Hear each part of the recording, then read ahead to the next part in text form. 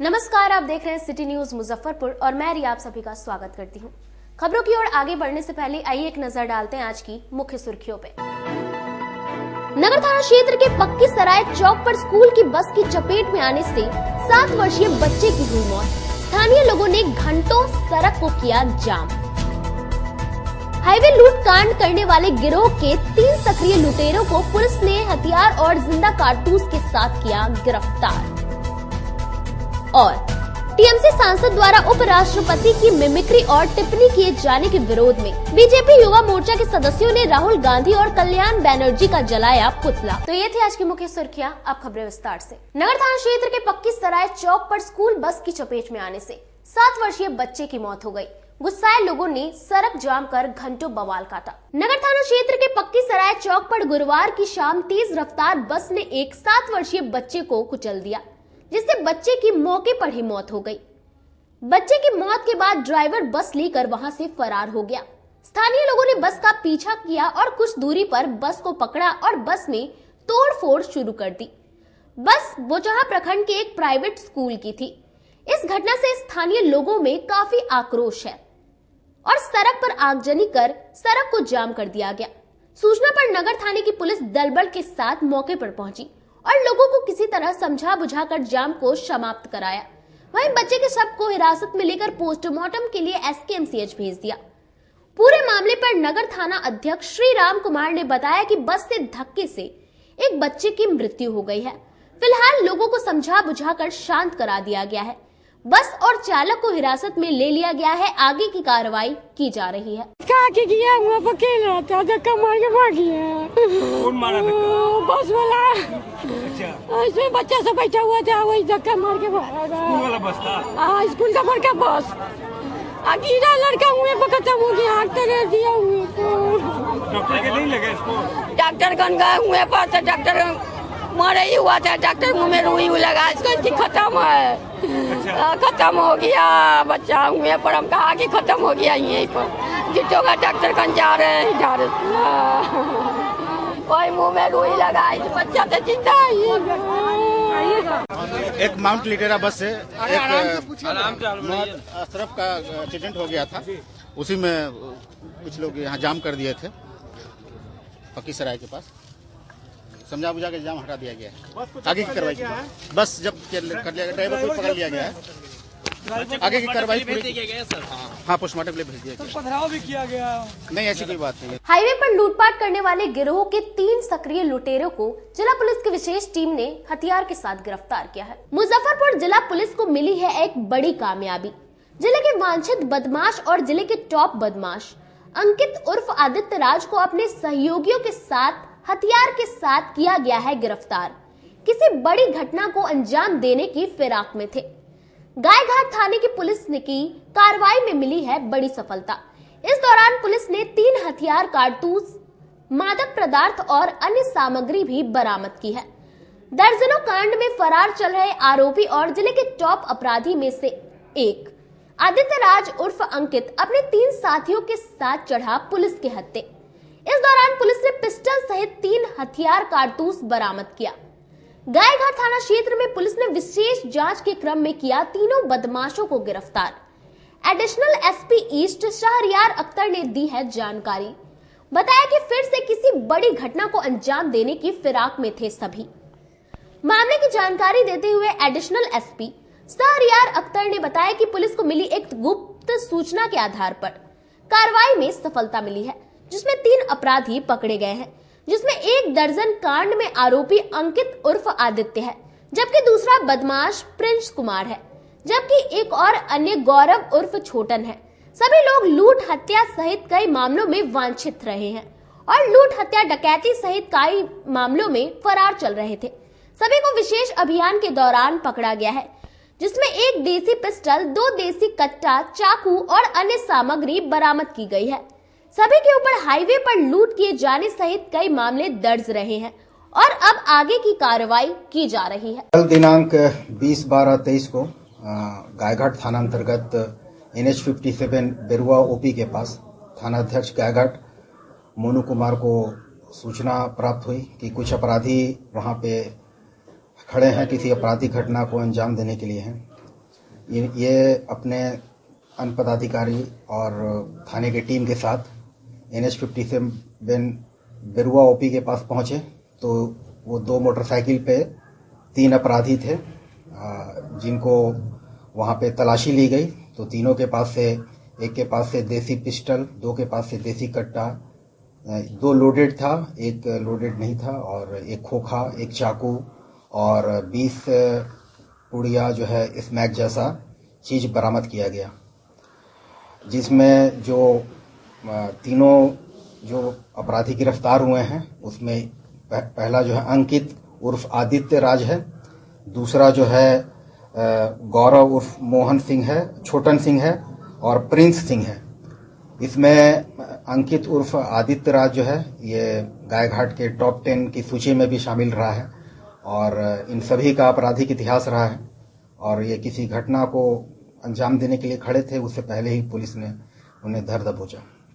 इस तरह की आपराधिक घटनाएं क्या करते हैं? लूट वगैरह में भी ये जो है प्रिंस है, ये मर्डर केस में काफी अभियुक्त रहा है, फिर डकैती वगैरह में, लूट वगैरह में ये लोग शामिल रहे। मोटिव क्या था सर वहाँ भी रुकने का? क्या हो सकता है किसी आपराधिक घटना को अंजाम देते, क्योंकि NH है और चूंकि फाका है वहाँ पे, तो हाईवे पर लूट वगैरह भी करते? हाँ, पूर्व में इनका लूटपाट का भी रहा है।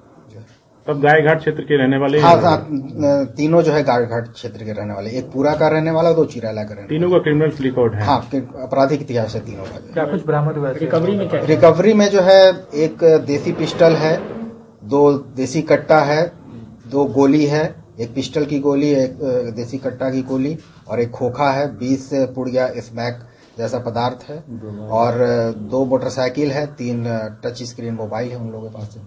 इन लोग का कोई गिरोह वगैरह है कि? हाँ, मतलब ये सभी साथ में ही काम करते हैं ये लोग जो है। नगर निगम सभागार में मेयर निर्मला साहू की अध्यक्षता में सशक्त स्थायी समिति की बैठक की गई। पहले से तय कार्यक्रम के तहत गुरुवार को नगर निगम सभागार में मेयर निर्मला साहू की अध्यक्षता में सशक्त स्थायी समिति की बैठक की गई। बैठक में पूर्व में लिए गए निर्णयों पर कितना अनुपालन हुआ, इस मुद्दे पर बहस हुई। वहीं गैस पाइपलाइन निर्माण एजेंसी द्वारा किए गए कार्यों की भी समीक्षा पर विचार के बाद एजेंसी को क्षतिग्रस्त सड़कों को जल्द दुरुस्त करने का आदेश दिया गया। वहीं विकास शाखा द्वारा विकास कार्यों में स्थिरता पर सशक्त स्थायी समिति के सदस्यों द्वारा नगर आयुक्त से जल्द कार्रवाई करने की मांग की गई।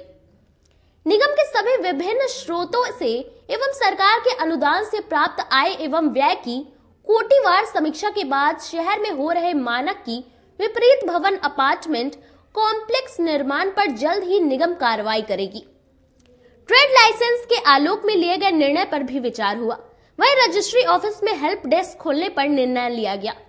साथ ही सीमावर्ती इलाके में ऑटो एवं चुंगी वसूली नगर निगम के संवेदक के द्वारा करने पर भी निर्णय लिया गया। आज मेरी स्थायी समिति की बैठक हुई थी। इसमें मेरे द्वारा लाए गए 6 एजेंडे थे। अब कुछ ध्यान आकर्षण में भी कुछ प्रस्ताव था। नगर आयुक्त द्वारा भी 2 एजेंडे लाए गए थे, जिसमें पहला था कि गैस पाइपलाइन जो निर्माण एजेंसी है उसके द्वारा कि तो उसके प्रोजेक्ट मैनेजर को यहाँ पे बुलाए गए थे, जो जनता को परेशानी हो रही है। तो उनका भी जो 1000 घरों में उनका कनेक्शन हो गया है, जो कि बेला मिठनपुरा साइड में है और कुछ अब मार्च तक उनका काम कंप्लीट होगा। अब उनसे हम लोग, मेरा ये सवाल था कि वो अपना काम एक प्रॉपर वे में सही तरीके से नहीं करते हैं। मतलब कोई नियम नहीं है कि बनी हुई रोड को काट देते हैं, फिर उस पर निर्माण कार्य करके वो अपना गैस पाइपलाइन बिछा के अधूरा काम को छोड़ देते हैं। तो मैंने उनको कहा है कि आप आपकी क्या योजना है वो आप बताइए। तो उन्होंने कहा हम आपकी जो योजना है, अपनी जो योजना आपको बता देंगे। और भी मेरे द्वारा जो लाए गए थे, जो विकास शाखा में कार्यों की स्थिरता पर भी था मेरा इस पर, जो कि मेरे द्वारा मुझे आए हुए भी 1 साल हो गया है, जो कि मेरे द्वारा कुछ ऐसे प्रमुख थे काम थे जो रोड नाला का अभी तक पूरा नहीं हुआ था। इसके लिए मैंने नगर आयुक्त से भी प्रश्न किया और तो उन्होंने, जो विकास शाखा में पदाधिकारी थे, उन्होंने जो काम की गुणवत्ता है वो भी सही ढंग से नहीं हो रही है। बहुत जगह से मुझे शिकायत भी मिल रही है। और जो वार्ड पार्षद है उनको भी उस कार्य, जो उनके भी क्षेत्र में अगर कोई काम हो रहा है तो उनको भी पता नहीं चल पाता है। तो वहाँ का क्या DPR है, तो जो वहाँ की क्या कार्य योजना है, वहाँ पे बोर्ड लगाना है, ये सब वहाँ के वार्ड पार्षद को मालूम रहे। तो नगर आयुक्त ने कहा इसकी भी हम उनको जो सूचना है, जो उनको रिपोर्ट उनको दे देंगे। उनसे पहले उनको वार्ड पार्षद लोग को नहीं मिलती थी। और जो निगम के द्वारा जो विभिन्न स्रोतों से जो सरकार के अनुदान से जो प्राप्त आय व्यय की जो इस पर भी हम लोग की समीक्षा हुई थी। और शहर में अभी जो मानक के विपरीत जो निर्माण कार्य हो रहे हैं, जिससे जो जनता को असुविधा है, जो रोड बन रहे हैं, और ट्रेड लाइसेंस के बारे में भी मेरा मतलब था कि इससे पहले बोर्ड की बैठक में मेरा हम लोग का निर्णय हुआ था कि मार्च तक जो जनता से शुल्क लिया जा रहा है वो ना लिया जाए। लेकिन अगर कंपनी बाग स्थित इंदिरा प्रियदर्शनी पार्क का जीर्णोद्धार का कार्य पूर्ण हुआ। शुक्रवार को मेयर द्वारा शुभारंभ किया जाएगा। मुजफ्फरपुर सिटी स्मार्ट सिटी होने जा रहा है, तो वही संसाधन भी स्मार्ट ही होने चाहिए। स्मार्ट सिटी मुजफ्फरपुर में नए साल के गिफ्ट के तौर पर लोगों को इंदिरा पार्क मिलने जा रहा है। मुजफ्फरपुर के कंपनी बाग रोड में जॉर्ज स्मृति पार्क के सामने इंदिरा प्रियदर्शनी पार्क के खुलने से लोगों को घूमने टहलने के लिए एक नई जगह मिलने वाली है। इसकी तैयारी और काम आखिरी चरण में है। मेयर निर्मला साहू ने कहा कि इस पार्क के खुलने से लोगों को कई प्रकार की सुविधाएं मिलेंगी। बच्चों, बूढ़ों और युवाओं के लिए यह एक स्वस्थ मनोरंजन स्थल बनकर उभरेगा। इंदिरा पार्क के जीर्णोद्धार के बाद वॉकिंग ट्रैक, फाउंटेन और योगा के साथ ध्यान केंद्र इस पार्क में विशेष आकर्षण का केंद्र बनेंगे। विभिन्न किस्मों के फूलों के पेड़ों से पार्क की सुंदरता बढ़ गई है। साथ ही पार्क परिसर में लाइटिंग की भी अच्छी खासी व्यवस्था की गई है। नए साल के पहले दिन इस पार्क को सभी के लिए खोल दिया जाएगा। हालांकि पहले भी कई बार इंदिरा पार्क के खुलने की घोषणा हो चुकी है, लेकिन कई कारणों से यह नहीं खुला। इस बार ऐसा नहीं होगा, ऐसी उम्मीद की जा रही है। कल नए वर्ष के पूर्व अवसर पर इंदिरा पार्क का उद्घाटन हम लोग कर रहे हैं, जो कि शहर के लिए, लोगों के लिए बहुत अच्छी मतलब पार्क यहाँ पर बना है। और मैं मुजफ्फरपुर वासियों से कहूँगी, आप लोग इसमें आइए और इस पार्क का लुत्फ उठाइए। और खासकर वरिष्ठ जन लोगों से भी मेरा आग्रह है कि आप लोग इसमें आइए। ये बहुत नए ढंग का, अच्छे ढंग का मुजफ्फरपुर में पार्क है, तो इसका कल हम लोग उद्घाटन करेंगे। डॉक्टर अरुण शाह फाउंडेशन द्वारा ठंड से बचने के लिए 40 महिला और 100 रिक्शा चालकों के बीच कंबल का वितरण किया गया। जीना इसी का नाम है। समाज में ऐसे बहुत कम लोग होते हैं जिन्हें गरीब जरूरतमंदों की फिक्र होती है।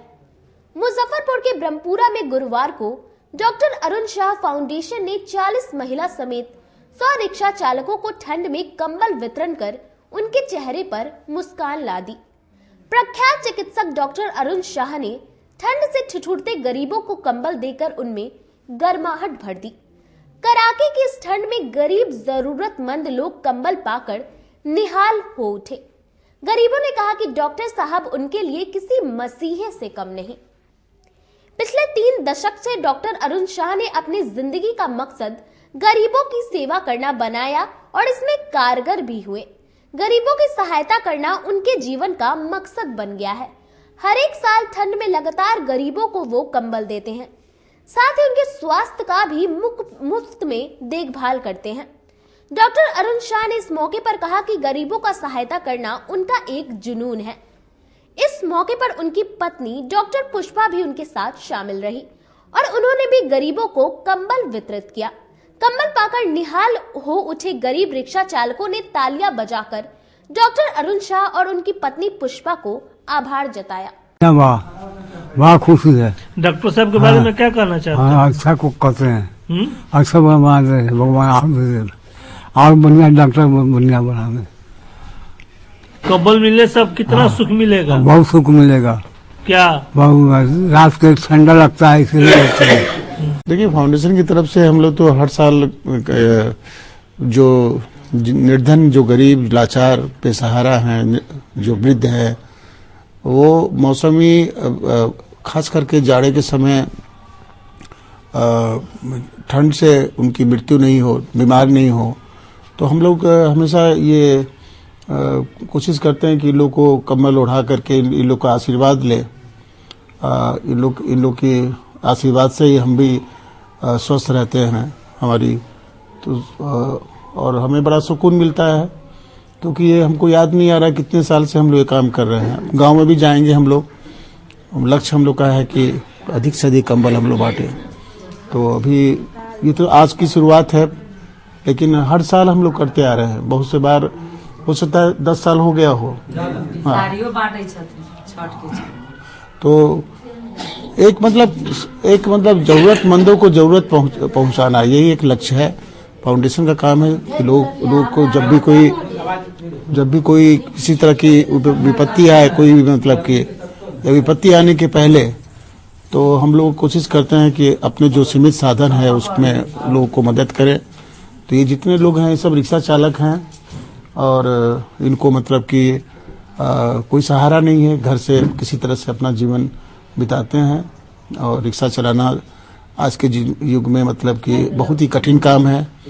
एक ऐसे में उन लोगों को एक टोकन के रूप में हम लोग ये कंबल का जो वितरण कर रहे हैं, ये कोई बहुत उपकार नहीं कर रहे हैं, लेकिन एक सेवा का मौका हमको मिल रहा है, सो हम कर रहे हैं बस। विकसित भारत संकल्प यात्रा के तहत SBI द्वारा RDS कॉलेज के समीप स्टॉल लगाया गया, जिसका उद्घाटन महानिदेशक ने किया। मुजफ्फरपुर जिला अंतर्गत शहरी क्षेत्र के रामदयालु कॉलेज और आमगोला में विकसित भारत संकल्प यात्रा रथ ने पहुंचकर केंद्र सरकार की जन कल्याणकारी योजनाओं के बारे में जानकारी दी।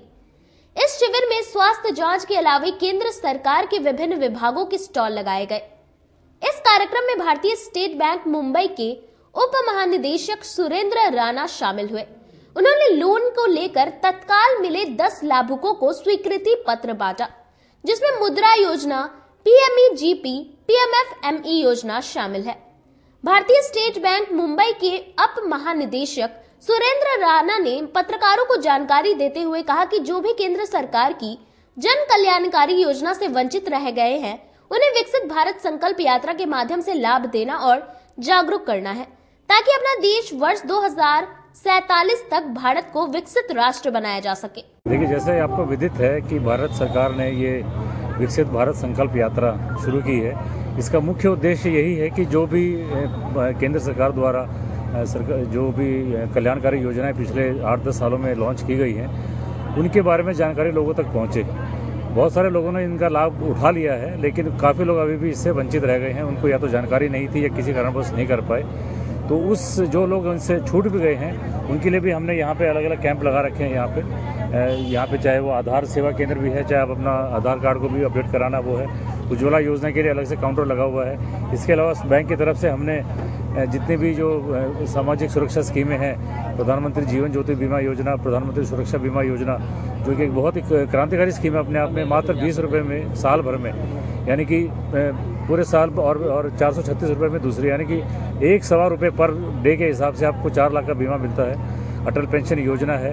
इसके अलावा जो लोन की स्कीम है बैंक्स की, जैसे स्वनिधि है, मुद्रा लोन है, इन स्कीमों का भी अगर जिसको फ़ायदा उठाना है, उन सबका भी यहाँ पे पंजीकरण हम कर रहे हैं। एप्लीकेशन यहाँ पे ले रहे हैं सबको, और सब इन एप्लीकेशन साथ के साथ हम यहाँ पे रजिस्टर भी कर रहे हैं। और इसके साथ साथ हमने एक चिकित्सा शिविर भी लगाया है यहाँ पे, ताकि जो भी यहाँ पे आ रहे हैं, अगर उनको छोटी मोटी बीमारी यहाँ पे डॉक्टर बैठे हैं, उसके बारे में सजेस्ट करेंगे।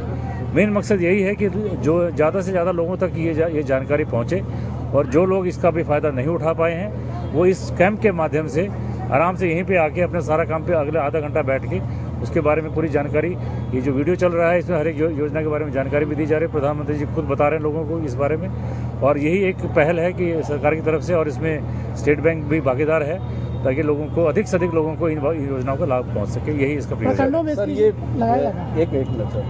ये जो है विकसित टीएमसी सांसद द्वारा उपराष्ट्रपति की मिमिक्री और टिप्पणी किए जाने के विरोध में भाजपा युवा मोर्चा के सदस्यों ने राहुल गांधी और टीएमसी सांसद का पुतला जलाया। संसद के सदन के दौरान कांग्रेस पार्टी के सांसद और टीएमसी सांसद कल्याण बैनर्जी के द्वारा उपराष्ट्रपति जगदीप धनखड़ के खिलाफ किया गया मिमिक्री और टिप्पणी मामले को लेकर अब बीजेपी ने विरोध तेज कर दिया है, और इसी क्रम में आज बीजेपी के युवा मोर्चा के द्वारा दोनों नेताओं का पुतला दहन करके विरोध किया गया और दोनों नेताओं के खिलाफ जमकर नारेबाजी की गई। उपराष्ट्रपति जी जगदीप धनखड़ के ऊपर की गई मिमिक्री के विवाद थमने का नाम नहीं ले रहा। जहां एक तरफ कांग्रेस पार्टी के नेताओं के द्वारा संसद मार्च किया जा रहा है, वहीं देश भर में भारतीय जनता पार्टी, कांग्रेस सांसद राहुल गांधी और तृणमूल कांग्रेस के सांसद कल्याण बैनर्जी के खिलाफ मोर्चा खोल दिया है, और आज इसको लेकर भाजपा जिला युवा मोर्चा का प्रदर्शन किया गया, जिसमें कांग्रेस सांसद राहुल गांधी और टीएमसी सांसद कल्याण बैनर्जी का पुतला फूंक कर विरोध किया गया। आपको बता दें कि बीते दिनों संसद में उपराष्ट्रपति जगदीप धनखड़ पर किए गए मिमिक्री को लेकर कांग्रेस पार्टी और टीएमसी नेताओं के विरोध में पुतला दहन कर प्रदर्शन किया गया है। कांग्रेस पार्टी विरोधी नारे लगाए गए और शहर के कल्याणी चौक पर बीजेपी ने प्रदर्शन किया। बीजेपी के युवा मोर्चा के जिला अध्यक्ष भरत रत्न ने बताया कि जिस प्रकार से कांग्रेस पार्टी लगातार देश में हार रही है और अपनी विवादित टिप्पणियों को लेकर जनता की नजर में अपनी शाख को खो रही है, तो अब देश की भी संवैधानिक पदों पर आसीन लोगों को निशाना बना रही है, जिसको देख आम लोगों को दुख हो रहा है। भारत के सर्वोच्च पद पर एक किसान परिवार के, एक जाट परिवार के, एक ओबीसी मोर्चा के, ओबीसी वर्ग के, समाज के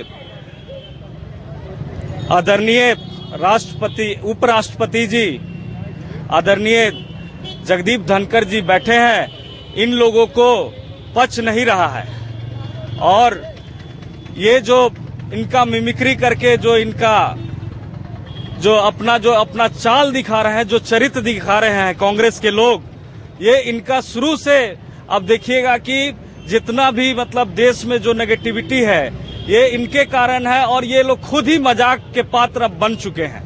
कांग्रेस के चाहे राहुल गांधी जी हो, चाहे टीएमसी के सांसद बनर्जी हो, ये लोग खुद ही अपना मजाक के पात्र बन के ही रह गए हैं।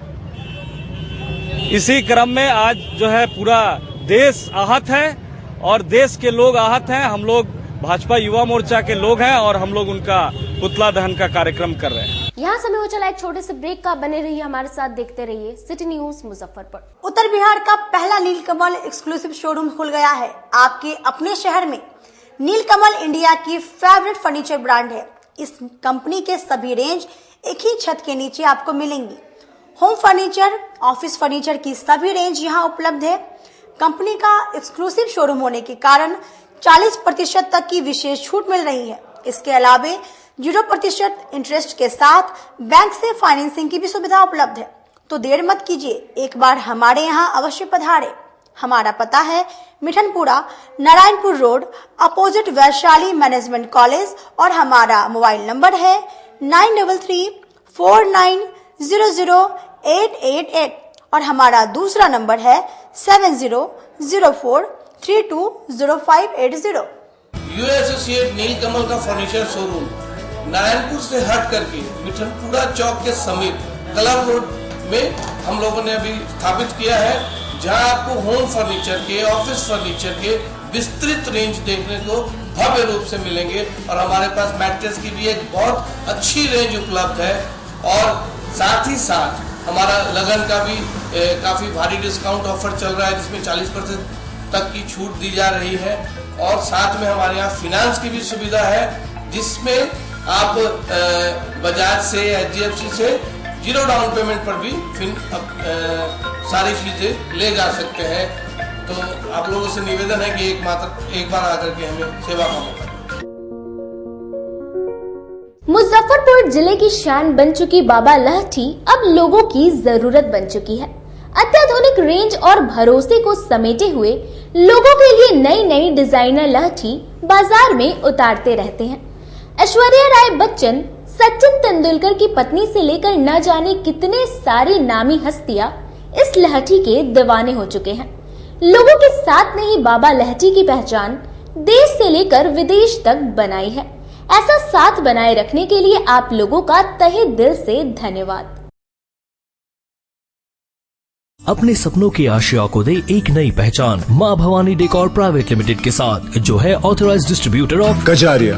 देश की मिट्टी से बनी टाइल से देश को बनाते हैं। और जहाँ मिलती है सभी प्रकार के Indian and imported granite, marble, sanitary एवं कोटा स्टोन का अनोखा एवं आकर्षक संग्रह। माँ भवानी डेकोर प्राइवेट लिमिटेड मतलब a complete floor solutions. New 0 mile Dadar road, Muzaffarpur. Call 9934753111। Movers international अब आपकी अपनी दुकान, जहां आपको सस्ते दामों पर मिलेंगे लेडीज, जेंट्स और किड्स के लिए जूते, सैंडल, स्लीपर, वह भी सस्ते दामों पर। यहाँ Bata, Action, Campus, Shoe Factory, Flip Flop, Catch Movers जैसे ब्रांड एक ही छत के नीचे मिलते हैं। इसके अलावा बाटा के अलावे सभी ब्रांड के शोरूम से कम कीमतों पर यहाँ प्रोडक्ट्स उपलब्ध है। इसके अलावा लेडीज और किड्स से एक से बढ़कर एक आर्टिकल दिए गए हैं। साथ ही जॉकी के इनरवेयर का विशाल रेंज उतारा गया है। वह भी शोरूम से कम कीमतों पर, जो कि आपको आकर्षित करेंगे। तो एक बार हमारे यहाँ अवश्य पधारे। हमारा पता है आम गोला opposite V2 cart Muzaffarpur. Contact us on 8210654338। सोने की सुंदरता और चांदी की चमक के साथ शुद्धता का पूरा भरोसा आपको दे रहा है श्री लक्ष्मी अलंकार ज्वेलर्स। त्योहार हो या शादी, ज्वेलरी का विशाल रेंज एक ही छत के नीचे आपको मिलेगा। संजय जी काटी वाले ने अब अपनी पहचान रिटेल के माध्यम से आम लोगों से रिश्ता बनाने की कोशिश की है। हीरा, सोना और चांदी के अत्याधुनिक डिजाइन की ज्वेलरी आपके लिए लाई है। यहाँ EMI की भी सुविधा दी जा रही है। तो एक बार यहाँ अवश्य पधारे। श्री लक्ष्मी अलंकार, गरीब स्थान मंदिर के बगल में, मुजफ्फरपुर। हमारा मोबाइल नंबर है 9334907331 और 9304907331। ब्रेक के बाद आप तमाम दर्शकों का एक बार फिर से स्वागत है। चलिए रुक करते हैं आगे की खबरों की ओर। पक्कीसराय चौक के समीप बीते दिनों हुए करंट से मौत मामले में कार्रवाई नहीं किए जाने पर मृतक के परिजनों ने SSP से गुहार लगाई है। नगर थाना अंतर्गत चंदवारा कमरा मोहल्ला निवासी मोहम्मद फैजू ने गुरुवार को सह परिवार SSP से मिलकर न्याय की गुहार लगाई है। मोहम्मद फैजू का कहना है कि पुराने विवाद के कारण उनके इकलौते पुत्र मोहम्मद वारिस की करंट लगाकर हत्या कर दी गई है और अब उन्हें केस उठाने की धमकी दी जा रही है। इस मामले में उन्होंने अपने ही मोहल्ले के 3 लोगों मोहम्मद ताहिर, मोहम्मद रिंकू और मोहम्मद भोला को आरोपित किया है। मोहम्मद फैजू ने कहा कि आरोपित सभी व्यक्ति काफी धनी हैं और वह काफी निर्धन है, इसलिए आरोपित उन्हें लगातार धमकी दे रहे हैं कि केस उठा लो, नहीं तो तुम्हें भी जान से मार दिया जाएगा। SSP ने मोहम्मद फैजू को उचित कार्रवाई का आश्वासन दिया है। 9 तारीख की डेट में जो है हमारे बच्चे का जो है रिंकू ताहिर और भोला मिलके उसको कहा कि थोड़ा जाल घटका के मुर्गी निकालो। जब वो निकालने गया तो उसमें करंट फिट कर दिया। जो लाइन लिए हुआ था, ट्रांसफार्मर है उसमें का लाइन लिए हुआ था उसके अंदर, और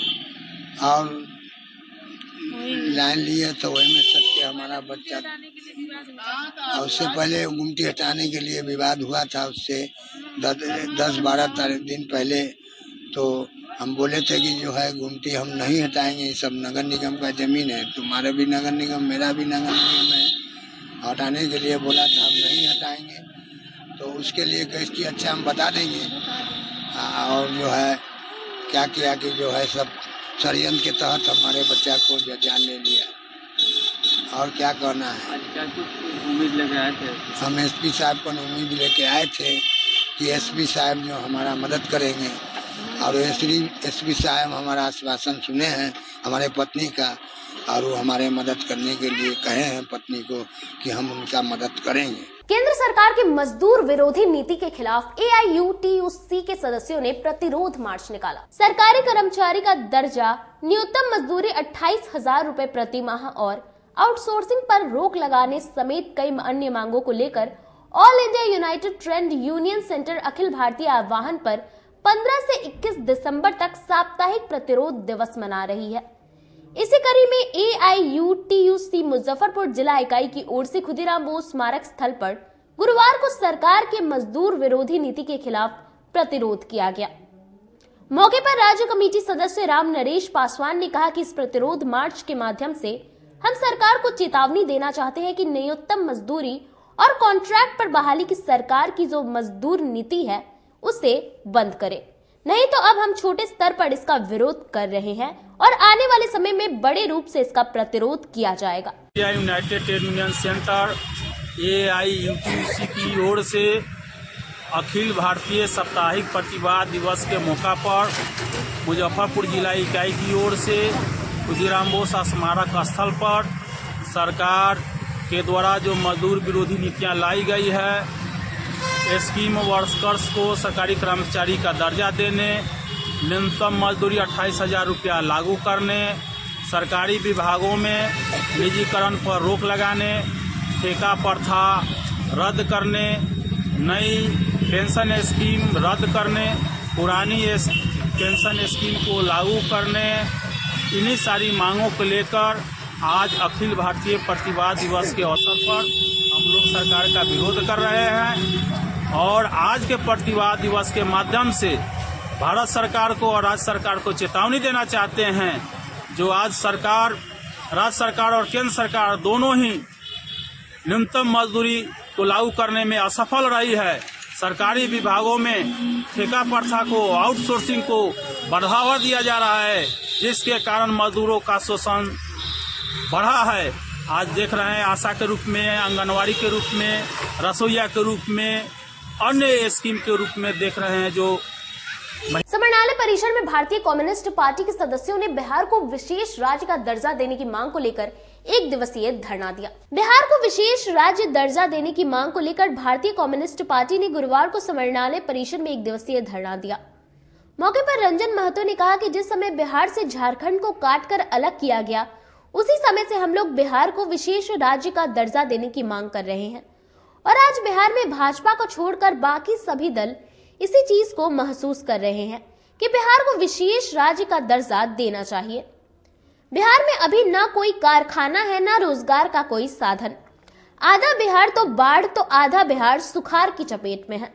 विशेष राज्य का दर्जा मिलने से किसानों के साथ बिहार के हर एक नागरिक को इसका लाभ मिलेगा। इसलिए हम सरकार से मांग करते हैं कि बिहार के साथ सौतेलेपन व्यवहार को खत्म करते हुए अविलंब बिहार को विशेष राज्य का दर्जा दिया जाए। आज भारतीय कम्युनिस्ट पार्टी बिहार राज्य परिषद के आह्वान पर सूबे बिहार में सभी प्रखंडों और जिला समाहर्ता कार्यालय पर धरना प्रदर्शन का आयोजन बिहार को विशेष राज्य की दर्जा देने के लिए किया जा रहा है।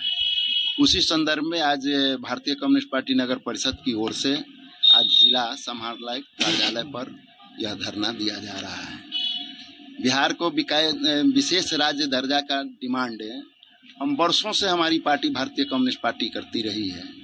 जो झारखंड के बंटवारे के बाद जो बिहार बदहाल हुआ, उस समय से ही हम मांग करते आ रहे हैं और आज ऐसी स्थिति बन गई है कि आज बिहार के वो बीजेपी के छोड़ करके सभी पार्टियां बिहार को विशेष राज्य की जरूरत महसूस किया है और वह भी हमारे इस बुलंदी के नारे के साथ विशेष राज्य की दर्जा की मांग कर रहे हैं।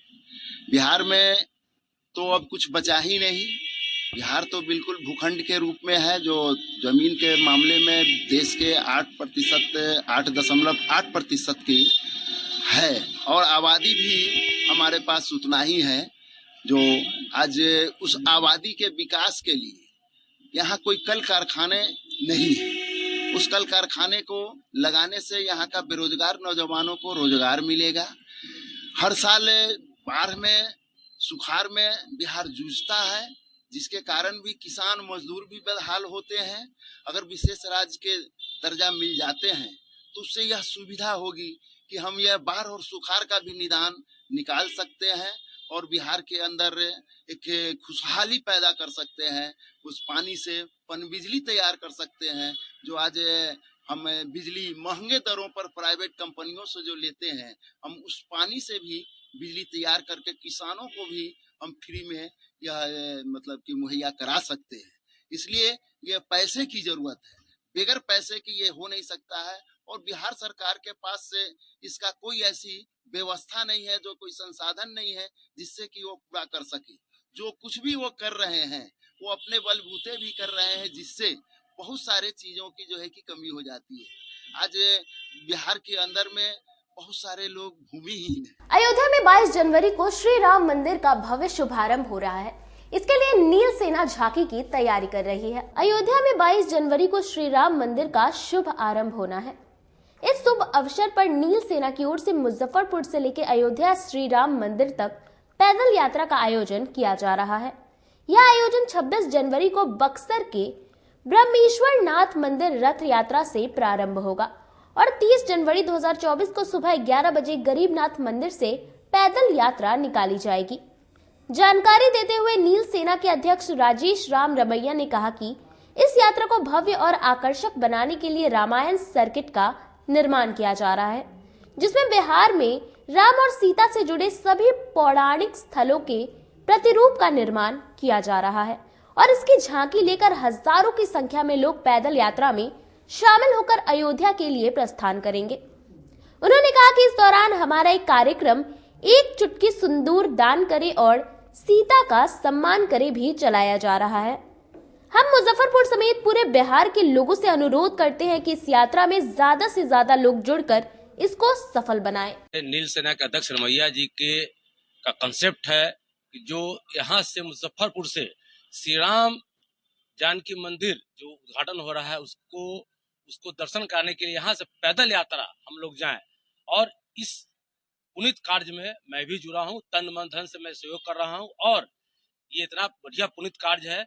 इसमें मैं शहर वासियों से हाथ जोड़ अपील करूंगा कि कृपया आप इसमें बढ़ चढ़ के हिस्सा लें और अयोध्या जाने का जो पैदल यात्रा है ये बहुत ही पुनीत कार्य, इसमें सहयोग करें। 22 जनवरी राम मंदिर के उद्घाटन के शुभ अवसर पर मुजफ्फरपुर बाबा गरीबनाथ मंदिर के प्रांगण में अयोध्या राम मंदिर पैदल यात्रा का आयोजन किया जा रहा है। ये आयोजन 26 जनवरी को बक्सर के बावनेश्वर धाम से रथ यात्रा के द्वारा आयोजन किया जा रहा है और 30 जनवरी 2024 को सुबह 11 बजे बाबा गरीबनाथ मंदिर के प्रांगण से पैदल यात्रा का आयोजन किया जा रहा है। 22 जनवरी से राम मंदिर के उद्घाटन के उपलक्ष्य में यहाँ कथा का आयोजन है, मेला भी लगाया जा रहा है और हजारों की संख्या में राम के रामायण सर्किट के साथ। खबरों का सिलसिला यही होता है समाप्त। अब मुझे और मेरी पूरी न्यूज टीम को दीजिए इजाजत। कल फिर मिलेंगे आपसे शहर की तमाम खबरों के साथ। नमस्कार।